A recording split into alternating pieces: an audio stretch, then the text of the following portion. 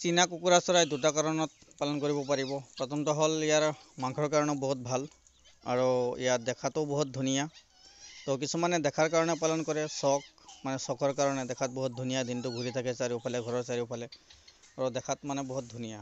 আৰু ইয়াৰ মাংসৰ কাৰণে বহুত ভাল, মানে একদম কুচিয়া মাছৰ নিচিনা ৰঙা ইয়াৰ মাংস, মানে গাত তেজ দুগুণ, লোকেল কুকুৰাতকৈ দুগুণ তেজ হয় ইয়াৰ গাত, মানে একদম মাংসবিলাক একদম ৰঙা টিকটিকীয়া। তো ইয়াৰ ফাৰ্মিং কৰা চিষ্টেম দুটা, কিছুমানে মাংসৰ কাৰণে পালন কৰে আৰু কিছুমানে চখত মানে ঘৰত এটা দুটা পালন কৰে। তো আপোনালোকে যদি পালন কৰিব বিচাৰে তো ইয়াৰ পোৱালি বৰ্তমান এভেইলেবল নাই, কেইদিনমান পিছত আৰু এইটো পোৱালি আপোনাৰ বহাগৰ পৰা কাতি মাহলৈকেহে ইয়াৰ পোৱালি পায়। তাৰ মাজতে ইয়াৰ পোৱালি ঠাণ্ডাৰ দিনত পোৱালি নাপায় ইয়াৰ, বা ঠাণ্ডাৰ দিনত ইহঁতে কণীও নাপাৰে, ইহঁতে গৰমৰ দিনতহে কণী পাৰে। সেইকাৰণে ইয়াৰ পোৱালি যি লাগে বহাগৰ পৰা কাতি মাহৰ ভিতৰত লাগিলে এইটো যোগাযোগ কৰিব।